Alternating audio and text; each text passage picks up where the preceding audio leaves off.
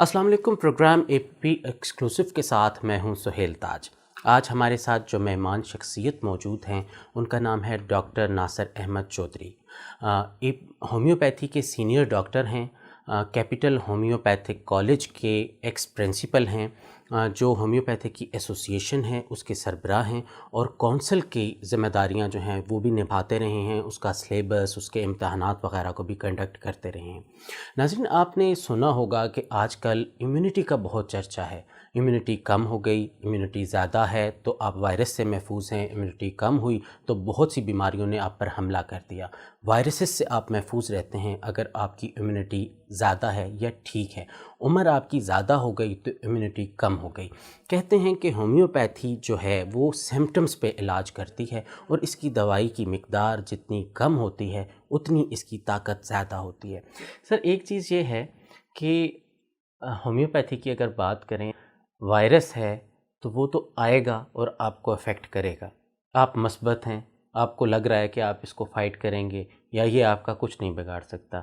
उसने आके आपकी बॉडी के अंदर कुछ चेंजेस तो करनी है, आप उसको कंट्रोल तो नहीं कर सकते, वो तो वायरल है।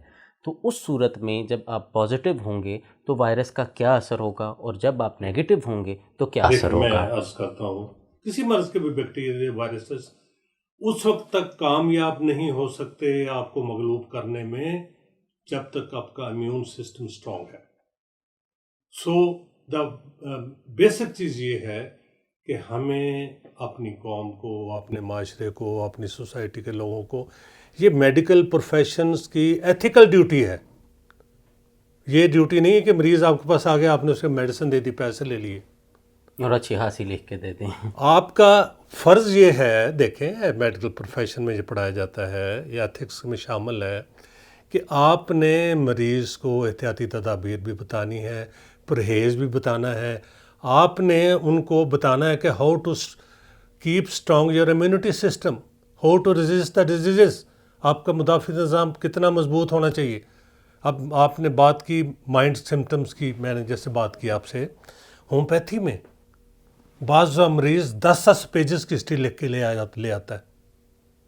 और हमारे पास मरीज़ आता ही उस वक्त है ज़्यादातर जो क्रॉनिक केस होता है और कुछ दूसरी तरफ से उसे कोई बेहतरी नहीं होती तो वो कहता है चलो होम्योपैथी डॉक्टर से दवाई इलाज कराएं, और वो इतना बड़ी बड़ी हिस्ट्री लेके आता है। Homeopathic doctor according to homeopathic philosophy उसकी हिस्ट्री पढ़ के सबसे ज़्यादा इम्पोर्टेंस देगा उसके माइंड सिम्टम्स को, उसकी फीलिंग्स को, उसकी सेंसेशंस को, उसके एटीट्यूड को। अच्छा। सबसे ज़्यादा। और अगर देखें हम क्या करते हैं, होम्योपैथ क्या करता है, होम्योपैथ मटीरिया मेडिका में से वो मेडिसिन तलाश करता है जो मरीज़ के बताए हुए सिम्टम या इलामात से सिमिलैरिटी रखती हो। क्योंकि होम्योपैथिक मटीरिया मेडिका में जितनी भी मेडिसिन है प्रूव्ड रेमेडीज़ हैं, जानवरों पे नहीं प्रूव की हुई, इंसानों पे और सेहतमंद इंसानों पे। सेहतमंद इंसानों की प्रूविंग के नतीजे में जो अद्वियात हमारे मटीरियल मेडिका में शामिल होती हैं, हम उसकी सिमिलैरिटी तलाश करते हैं। और अगर सिमिलैरिटी तलाश करने में कामयाब हो जाए तो फिर मिरेकल्स होते हैं। क्योंकि सिमिलर रेमेडी जब पेशेंट के पास अंदर जाती है, वो जाके चूँकि पोटेंटाइज फार्म में होती है, ये एक अलग एक बहस है कि पोटेंटाइज फार्म से क्या मुराद है। माइन्यूट क्वांटिटी वो पोटेंटाइज फार्म में जो होती है, वो जाके अपने से सिमिलर सिम्टम्स को शेक करती है और इंसान जो कि रेजिस्टेंस पावर या इम्यून सिस्टम जो उन इलामात से मगलूब हुआ होता है उनको शेक करके रिवाइव करती है। और जैसे ही वो अपनी सेहतमंद हालत में रेजिस्टेंस पावर आती है तो बीमारी के सिम्टम जो है ना रिमूव हो जाते हैं। This is known as natural cure. Homeopathy system is a natural system of medicine. इसमें कोई पैलिएशन नहीं, इसमें कोई सेपरेशन नहीं, इसमें कोई ऐसी मेडिसिन नहीं है जिसमें ओपियम डली हुई हो या जिसमें नशावर चीज़ें डली हुई हों, इसमें या स्टीरॉयड डले हुए हों। इसमें जो भी मेडिसिन है वो मैं अक्सर यूज़ करता हूँ। लास्ट एक प्रोग्राम में मैंने कहा था वो भी our medicine works like lock and key. ठीक है। If you have the right key, then you will be able to open the lock. Virus हो बैक्टीरिया हो, ये दोनों जाके जिस्म के मुदाफ़ती निज़ाम को मगलूब करते हैं। ठीक है। और एक होम्योपैथ के लिए मर्ज़ का नाम कोई मायने नहीं रखता। We treat patient not disease.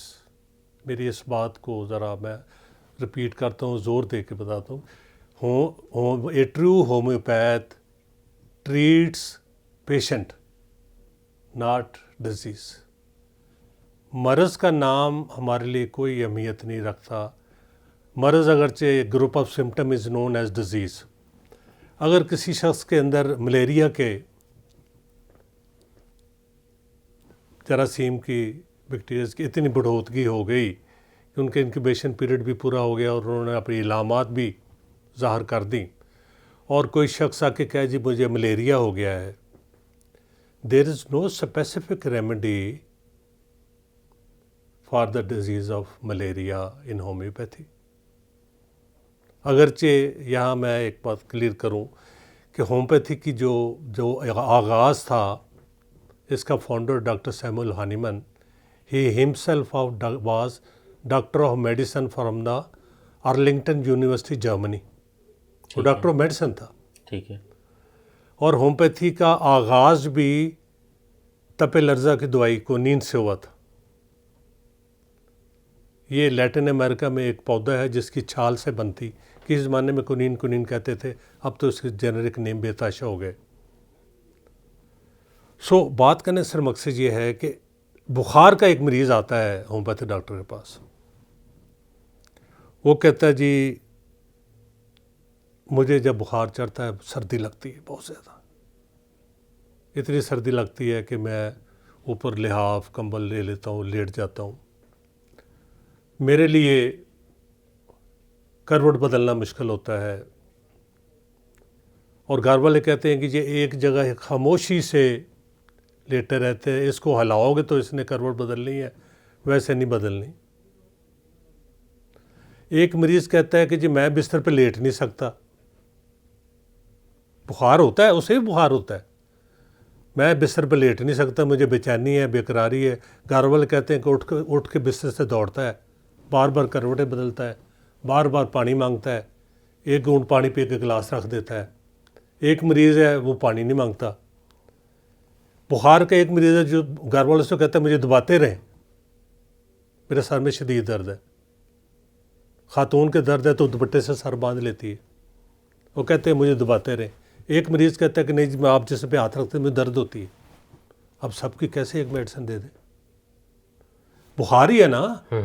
बुखार में 4 मरीजों ने 4 आराम सिम्टम दिए।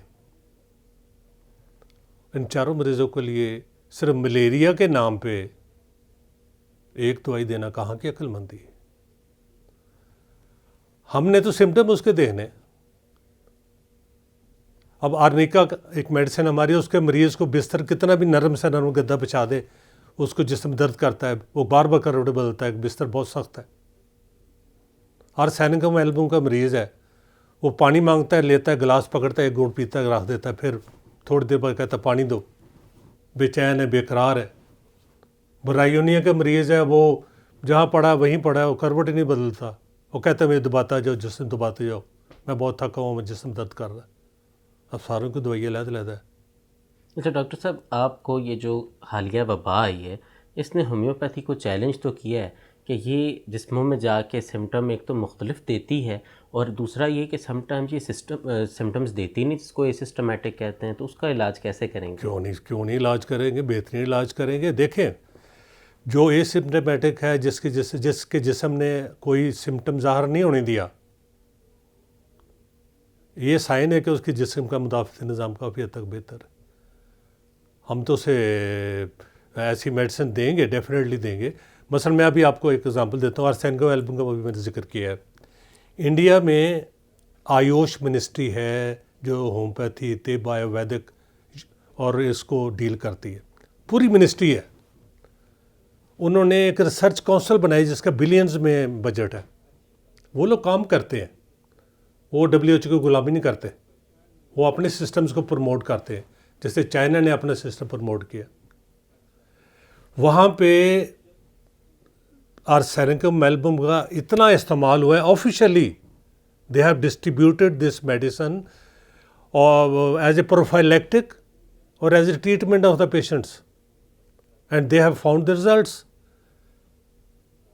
मैंने लास्ट एक प्रोग्राम में जिक्र किया था कि वहाँ पे उन्होंने ऑफिशियली अनाउंस किया कि 2600 मरीज़ों को दिया गया ये आर्सेनिकम मेल्बम। उन्होंने पहले उनसे मरीज़ों को ऑप्ट कराया गया, क्वारंटाइन में थे मरीज़, उन्हें कहा गया कि whether you are interested in homeopathic treatment. जब उन्होंने कहा येस, तो उन्हें ये मेडिसिन दी गई। तो 2600 मरीज़ों में से सिर्फ 11 मरीज़ ऐसे थे जिनका कुछ दिन बाद पॉजिटिव था, वो भी इसलिए कि उन्होंने डोज पूरी नहीं ली थी, बाकी सब नेगेटिव। ये उनके, आप जाएं वेबसाइट पे जाएं, आयुष की ऑफिशियल वेबसाइट है उनकी। हम लोग एक्चुअली सीखना नहीं चाहते। मैं गया हूँ, जयपुर गया हूँ, न्यू दिल्ली गया हूँ, वहाँ उनके कॉलेजेस देखे हैं, वहाँ उनके हॉस्पिटल देखे हैं, उनकी लाइब्रेरीज देखी हैं। वो बांग्लादेश में होम्योपैथिक सिस्टम मेडिसिन बड़ा ठीक फ्लरिश कर गया। हम कितने सीरियस हैं मुझसे बेहतर कौन जानता है, लेकिन मैं अभी ये मौका नहीं है। मैं प्रेसिडेंट रहा हूँ नेशनल काउंसिल होम्योपैथी का। ये इसमें हमें 19th ग्रेड की फैसिलिटीज़ होती हैं मिनिस्ट्री ऑफ हेल्थ में, हेल्थ से रिलेटेड है। और मेरा उनसे दूसरे टर्म में मैं चेयरमैन एग्जामिनर बॉडी भी रहा हूँ, मेंबर भी रहा हूँ लास्ट काउंसिल में। तो मुझसे बेहतर कौन जानता है कि हम कितने सीरियस हैं होम्योपैथी में। असिस्टेंट डायरेक्टर होम्योपैथी की पोस्ट खाली है, मुतअद्दिद साल बीत गए, नोबडी केयर्स, ज़रूरत नहीं समझते। अच्छा डॉक्टर साहब, आपने कॉलेज भी रन किया, आपको ये नहीं लगता कि जो लोग आते हैं वो अगर मज़ीद टैलेंटेड हों, जैसे किसी मुल्क के बारे में मैं सुन रहा था कि वहाँ पे होम्योपैथी उनको करवाते हैं जो ऑलरेडी MBBS कर चुके होते हैं। यस, कोई मुल्क नहीं बल्कि पूरा यूरोप अमेरिका है। देखिए मैं आपको बताऊँ, ये पॉलिसी मेकर्स का कसूर है। मैं as a chairman Pakistan homeopathic doctor association कई बार लिख के दे चुका हूँ, कह के चुका हूँ, कोशिश कर, बल्कि मैं जब प्रेसिडेंट बना काउंसिल का, उस सिर्फ सिंपल मैटर कार्ड था एडमिशन का प्रोसेस। सिंपल मैटर कार्ड कितने में नंबर हो वो आ जाए और वो होम्योपैथिक डॉक्टर बन जाए, उससे मैं यार अच्छा मैं यही बताता हूँ ना। हम ऑर्डिनेंस, अल्लाह भला करे, मुशर्रफ के दौर में इशू हुआ, उसमें मैट्रिक साइंस हुआ, एक स्टेप आगे गया। अगरचे पॉलिटिकली मैंने मार खाई, कॉलेजेस ने कहा कि ये बंदा आ गया तो FSC हो जाएगा, अगला इलेक्शन में हार गया, लेकिन मुझे उसकी परवाह नहीं है। I am a professional, not a politician. अब मैं पूरी जद्दोजहद कर रहा हूँ, मेरे साथी मेरे दोस्त भी जद्दोजहद कर रहे हैं, बल्कि सेनेट की स्टैंडिंग कमेटी ने इसको प्रूव कर दिया है। हम इसकी बेसिक क्वालिफिकेशन FSC करवा रहे हैं प्री मेडिकल के साथ, जैसे इंडिया में है। अभी भी हमारे यहाँ BHMS यूनिवर्सिटी में मैट्रिक साइंस FSC से हो रहा है, प्री मेडिकल से, लेकिन डिप्लोमा मैट्रिक से हो रहा है। हम तो चाहते हैं कि आप बेहतरी लाएं, एजुकेशन सिस्टम इम्प्रूव करें, इसको पैट्रोनाइज करें। पूरी दुनिया में फ्लरिश कर रही है होम्योपैथिक सिस्टम मेडिसिन। लेकिन जो बाबू लोग बैठे हुए हैं, जो हमने तो सारे पॉलिसी मेकर्स एलोपैथ बनाए हुए हैं जो मिनिस्ट्रीज में बैठे हुए हैं। You expect they will do something better for the homeopathy या फॉर द तिब। जब तक रिप्रेजेंटेशन होनी चाहिए, जब तक अब ड्रैप में मैं आपको बताऊं, ड्रैप एक अदारा है जिसमें तीनों शोबों के बंदे होने चाहिए। इन्होंने होम्योपैथी की नुमाइंदगी एक NIH के अपने एक मुलाजिम को दी है, सरकारी मुलाजिम को। अब वो ड्रैप के सीनियर अफसरों के सामने कोई रजिस्ट कर सकता है? मेरे जैसे बंदे से कुछ बनवा के देखे। यानी कि लॉ मेकर्स काम कर रहे हैं, हुकूमत चाहती है कुछ बेहतर हो जाए, लेकिन वो इदारे उसको इम्प्रूव करना नहीं चाह रहे। हुकूमत भी उतनी ही इंटरेस्टेड है, वो जिन कामों में इंटरेस्टेड है वो आप भी जानते हैं, मैं भी जानता हूँ। ये मल्टीनेशनल कंपनीज़ हैं, वो गवर्नमेंट को भी टॉपल करने की पोजीशन में है। They are handling governments in very better way. Homeopath तो बेचारा नहीं हैंडल कर सकता, जो कुछ वो करते हैं वो हम नहीं कर सकते। यानी कंग्लोमरेट्स का आप कह रहे हैं कि जिसके पास सरमाया है वो कोशिश करता है। अब WHO ने देखे, कराची में कुछ होम्योपैथिक क्लिनिक्स के बैनर्स उतार दिए गए जिन्होंने लिखा होता है कि हम कोरोना का इलाज करते हैं। एक सिस्टम ऑफ मेडिसिन 1965 से यूएएच एक्ट के तहत रिकग्नाइज्ड है, पार्लिमानी एक्ट के तहत, और वो क्लिनिक्स पे they are allowed to practise homeopathy. लेकिन ये लिख के नहीं लगा सकते हम कोरोना का इलाज करते हैं। हम आपकी इम्यूनिटी बेहतर कर सकते हैं। एक लतीफ़ा सोशल मीडिया पे गर्दिश कर रहा था, मैं आपके गोश जी, गुजार प्लीज़, करना जी, चाहता हूँ। वो कहते हैं कि होम्योपैथ्स जो इस चीज़ का दावा करते हैं कि हम कोरोना का इलाज करेंगे, उन्हें एक कमरे में बंद किया जाएगा और कोरोना से इन्फेक्ट किया जाएगा। अगर उन्होंने अपना कामयाब इलाज कर लिया तो हम उन्हें एक खुला मैदान देंगे कि आप इलाज कर लें। Well, I accept their challenge. मेरे पास आए, मैं आई एक्सेप्ट देयर चैलेंज। ये just it's just a joke. मैं आपको बताऊं, मैं नाम नहीं लेता, मैं इस्लामाबाद में बैठा हुआ हूँ। यहाँ पे बहुत सीनियर आपके एलोपैथ डॉक्टर्स जो मुझसे शीशियाँ लेके गए एज ए प्रोफाइलेक्टिक मेडिसिन कि हमें दवाई दे। देखिए, जो समझदार आदमी ना वो प्रेजुडिस नहीं होता। पूरी दुनिया में मैं वो शख्सियत हूँ जिसको 2 बार WHO ने फेलोशिप दिया है। दो बार फेलोशिप। मेरे सारा टूर उन्होंने स्पॉन्सर किया। एक बार टू होम्योपैथी इन जर्मनी, दूसरी बार कैरेज यूनिवर्सिटी में इंटरनेशनल फार्मास्यूटिकल साइंसेस कॉन्फ्रेंस में मैंने पाकिस्तान की नुमाइंदगी किया। वहाँ क्लासिकल होम्योपैथी पेपर पढ़ा है, WHO की तरफ से गया। पूरी दुनिया मानती है और पढ़े लिखे लोग मानते हैं। यूरोप अमेरिका में कहीं कोई नहीं लिख के लगाता मैं होम्योपैथी डॉक्टर हूँ, क्योंकि वो बेसिकली MD होते हैं, डॉक्टर मेडिसिन होते हैं। ओहायो यूनिवर्सिटी, ओहायो के सेमिनार मैंने 2 अटेंड किए। अमेरिकन होम्योपैथिक सोसाइटी का सेमिनार मैंने वैनकूवर कनाडा जाकर अटेंड किया। Germany, India, Malaysia, England, France, इन सारे ममालिक के जितने सेमिनार्स होते हैं मेरे पास, आप मेरा प्रोफाइल आप देखें, ये सारे मुल्क बेवकूफ़ तो नहीं है, सारे हमसे ज़्यादा पढ़े लिखे लोग हैं। वहाँ की डिग्रियाँ लेकर तो पाकिस्तानी डॉक्टर खुश होते हैं।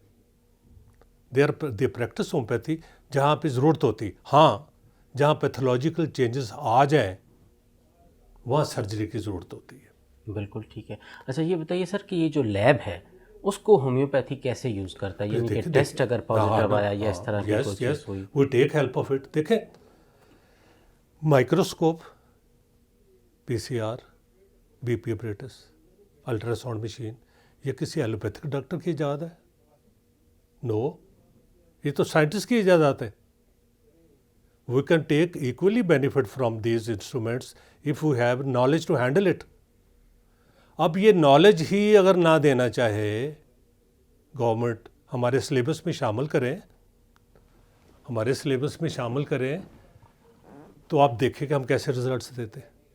ये मैं यही कहता हूँ, पॉलिसी मेकर्स, यानी आप ये चाहते हैं कि जदीद टेक्नोलॉजी को शामिल व्हाई करें? Not, why not, we are taking benefit of it.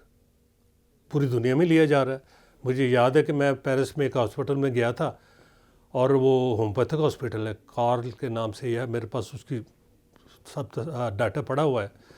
उन ऑपरेशन थिएटर्स के बाद जब मरीज़ बाहर निकलता है तो पोस्ट ऑपरेटिव केयर होम्योपैथी से होती। Royal homoeopathic hospital Ormond street London में है, 50 बेडेड हॉस्पिटल है, मलका बरतानिया उसको रन कर रही है। मैंने ना उसका कभी कोई बेड नहीं खाली देखा। वहाँ पेशेंट आते हैं, ट्रीटमेंट लेते हैं, they get benefit from that. ये प्रेजुडिस, ये लो लेवल के हमारे वो जो स्पेशलिस्ट डॉक्टर हैं, जो कंसल्टेंट हैं, मैं उनको कंसल्ट करता हूँ, मुझे कंसल्ट करते हैं बहुत से केसेस में, और ये होना चाहिए। बिल्कुल ठीक है। ये इसमें अगर गवर्नमेंट थोड़ा सा, अगर अब तो हम जो WHO ने कहना है, जो IMF ने कहना है, हम तो उनके गुलामी में हैं। गुलाम आदमी की क्या आज़ादी होती, क्या राय होती है? सर, अगर रिजल्ट आना शुरू हो जाए तो फिर तो आप लोगों को रोक नहीं सकते। नहीं, तो हमें कोई नहीं रोक रहा ना। We are surviving with the support of public. क्या मुझे कोई गवर्नमेंट देती है आके क्लिनिक पे कुछ, या कोई होम्योपैथिक कॉलेज को क्या ग्रांट देते हैं? हमारे स्टूडेंट का पिछले दिन हमने सर्वे किया था, अब तो वो भी बंद हो गया। 60 पैसा पर ईयर एलोपैथी डॉक्टर पे कितना खर्च करते हैं। ये कंपेयर ना करें। एक्चुअली हम लोग अभी पॉलिसी मेकर्स जब तक न्यूट्रल नहीं होंगे, इंडिपेंडेंट नहीं होंगे, उनकी राय इंडिपेंडेंट नहीं होगी, मैं चाहता हूँ ये साथ ही इंडिया है, साथ ही मलेशिया है, साथ ही बांग्लादेश है, मिनिस्ट्री के जो ऑफिसर हैं जो जो न्यूट्रल हों, एडमिनिस्ट्रेशन के लोग हों, डॉक्टर नहीं, वो जाएं, विज़िट करें, जाके देखें कैसे सर्वाइव कर रहे हैं, कैसे उनकी ओपीडी है, कैसे वो गंगाराम हॉस्पिटल में सेठ होम्योपैथिक डॉक्टर है और एक एमडी डॉक्टर है, दोनों का इक्वल स्टेटस है, इक्वल ग्रेड है, इक्वल वैल्यू है।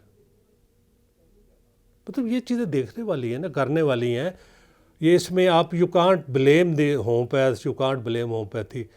जहाँ पे नॉलेज की बात है, नॉलेज अगर सही तरीके से दिया जाए, सही तरीके से पैट्रोनाइज किया जाए, वी कैन गिव, अभी भी we are giving much better results हमारे अपने क्लिनिक्स। बेहतरी की गुंजाइश आप कह रहे हैं कि काफ़ी है, अगर सिलेबस इम्प्रूव किया जाए, सरपरस्ती की जाए और उन लोगों को आगे लेके आया जाए जो प्री मेडिकल करके आ रहे हैं। बिल्कुल बिल्कुल ठीक है। तो अच्छा सर, टाइम कुछ कम है, एक आखिरी सवाल ज़रूर लोग जानना चाहते होंगे कि कहते हैं कि भाप या गर्म पानी पीना ये आपको आपकी क़ुव्वत मुदाफ़त को बढ़ाते हैं और वायरसेस से आपको महफूज रखते हैं। ये घरेलू टोटके जो हैं ये कैसे मदद करते हैं? नहीं, ये देखिए वायरस कैसे अटैक करता है, इसका सारी अपना कोरोना का ड्रॉपलेट के ज़रिए ना, ड्रॉपलेट आपके साइनसेस के अंदर, मुंह, नाक का, आँखों से साइनस से 6-7 साइनसेस है जिस्म में, उससे ज़रिए जाता है।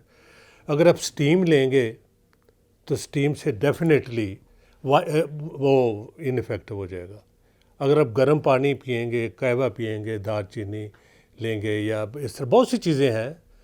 सना मक्खी का नाम आजकल बड़ा चल रहा है, बड़ी माशाल्लाह। इंग्लैंड में बैठ के उनके सर पे बैठ के मैं दाद देता हूँ उस डॉक्टर को, उसकी वीडियो बड़ी बार डिलीट की यूट्यूब वालों ने और फेसबुक वालों ने, लेकिन उस सना मक्खी को उसने उसकी इफेक्टिवनेस को वो भी काफ़ी क्वेश्चंस हैं सर। वो कहते हैं कि इसके इफेक्टिव यूज़ को और प्रॉपर यूज़ को प्रोपोगेट नहीं किया जा सका, यानी अगर आप उसको ज़्यादा आप यूज़ करेंगे। यही तो मैं बात करता हूँ। देखें, इसमें excess of everything is bad ji.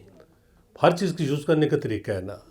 Homeopathic medicine भी एक जो अगर डॉक्टर सही है वो बताएगा कि इतनी बार यूज़ करनी है, इस पर नहीं, इसके बाद इसकी पोटेंसी आपने चेंज करनी है। अच्छा सर, कुछ लोग ये कह रहे हैं कि इवन दैट कि मैं एक बड़े चैनल का प्रोग्राम देख रहा था, उसमें उन्होंने बताया कि ये भाप ले लेना, गर्म पानी पी लेना और इस तरह की ये जो चीज़ें हैं ये मिथ्स हैं, ये वायरस को अफेक्ट नहीं करती। तो इसको कैसे रिस्पॉन्स? ये वायरस को पुश तो कर देती है ना। अगर वायरस अगर स्टोमक में चला गया, अगर आपकी ब्रोंकीज में नहीं गया, अगर लंग्स को देखिए, वायरस आखिरी दिनों में जब सांस का प्रॉब्लम होता है वो लंग्स को नीचे से इफेक्ट करता है। ठीक है। अगर आपने स्टीम ली, आपने गर्म मशरूब लिया, आपने कोई ऐसा चीज़ ले लिया कि वो स्टोमक में चला गया, वहाँ से जाकर डेड हो गया। देखिए, सांस का मसला ही होता है ना, ब्रोंकीज इफेक्ट होती है ना, सांस की नाली मुतासर होती है, दम घुटता है, वेंटिलेटर पे जाते हैं मरीज़ को लेके। उससे पहले तो पैनाडोल ही है। बिल्कुल ठीक है। और क्या है, ये खौफ पैदा ना करें, पैनिक पैदा ना करें, डर, खौफ। अभी वो कमेंट्री चल रही होती है जैसे क्रिकेट मैच हो रहा होता है, 126 मौत, 125 मौत, 900 मौत, 1000 मौत, 12। सेहतमंद लोगों को उतना बताते नहीं डिटेल में कि इतने सेहतमंद हो गए। और उससे कहीं ज़्यादा ऐसे लोग होंगे, मैं आपको बताऊं, जिन्हों के अंदर जाके वायरस वैसे ही मेरा तो निकल गया, उन्हें पता ही नहीं चला कि हम इन्फेक्ट हुए कि नहीं। इतना स्ट्रॉन्ग इम्यून सिस्टम था कि वो कुछ कर ही नहीं सका। मेरा मतलब बहुत से लोगों को पता नहीं चला होगा, एक दो छींकें आई होगी, थोड़ा बहुत गला ख़राब हुआ होगा, उन्होंने नॉर्मल लिया होगा, ठीक हो गए होंगे, और हकीकतन हुए। आप पैनिक क्रिएट ना करें। अभी इतना डिप्रेशन है, यकीन करें, बुज़ुर्ग लोग ख़ास तौर पर 50-60 से ऊपर जो लोग हैं वो डरे हुए हैं, सहमे हुए हैं, दुबके हुए हैं।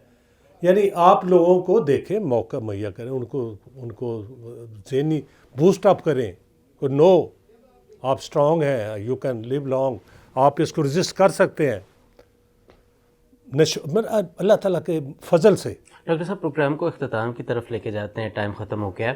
एक आखिरी बात जो मेरे जहन में एकदम से पॉप अप हुई है वो ये कि कई लोगों ने मास्क को उतारा ही नहीं और उनको सांस लेना में प्रॉब्लम हो रही है। नहीं, क्यों नहीं? देखें, मास्क की वहाँ ज़रूरत है अगर आप इन्फेक्टेड है, फिर तो आपको लगाना चाहिए। वहाँ पे जहाँ पे आप ज़्यादा गैदरिंग में हैं, जहाँ आप अकेले अगर क्वारंटाइन में हैं, अकेले अगर कमरे में बैठे तो फिर मास्क किस लिए लगा रहे हैं? अगर आप के साथ 2 या 3 लोग हैं, 3 फुट का फासला है, 6 फुट का फासला है, तो फिर मास्क की क्या ज़रूरत है? ड्रॉपलेट उड़ के तो नहीं जाएगा, कहाँ तक पहुँचेगा यार? और WHO तो सर ये भी कह रहा है कि ये जो मास्क है ये इन्फेक्टेड लोगों के लिए, हेल्दी लोगों के लिए मैंने भी तो ये अर्ज़ की है ना कि ये इन्फेक्टेड लोगों के लिए कि वो अपने खुद वो कैरियर हैं, दूसरों को बचाए, ठीक है। दूसरों तक ना पहुँचे। बाकी देखे बंदा बीमारी से नहीं मरता, बंदा वक्त पे मरता है। हमारा एज ए मुसलमान पूरा यकीन है कि अगर कोरोना वायरस ने मेरा कुछ नहीं करना ना, अल्लाह ताला को ये मंजूर है तो कर भी कुछ नहीं सकता, लेकिन एहतियात ज़रूरी है। एहतियात ज़रूरी है। आप अपने आप को बचाएं, अपने घर वालों को बचाएं, गैर ज़रूरी तौर पे बाहर ना निकलें, गैर ज़रूरी तौर पे ना बाहर जाएं अपने, लेकिन अपना कारोबार भी ना छोड़े, अपना काम भी ना छोड़े। अल्लाह ताला से दुआ करते रहें, अल्लाह ताला सुनने वाला है। वो अपने हज़रत यूनुस अलैहिस्सलाम की मछली के पेट में सुन लेता है, आपकी क्यों नहीं सुनेगा? आप सूरत रहमान सुने, ये आपको WHO नहीं कहेगा। आप ला इलाहा इल्लल्लाह अंता सुब्हानक इन्नी कुन्तु मिनज़ ज़ालिमीन पढ़े, अल्लाह ताला से माफ़ी मांगे, गुनाहों की माफ़ी मांगे कि या अल्लाह हमें इस वबा से महफूज रख।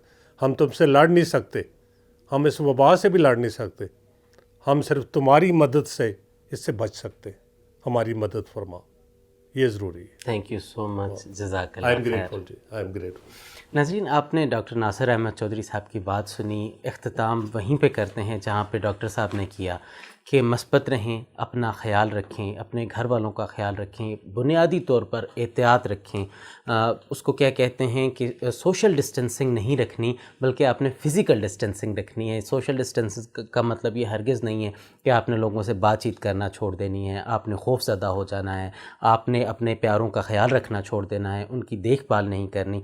तमाम चीज़ें करें, थोड़ा सा फ़ासला रखें। अगर ज़रूरत नहीं है तो आप घर से बाहर ना निकलें, अपनी सेहत का ख़याल रखें और दूसरों की सेहत का ख्याल रखें।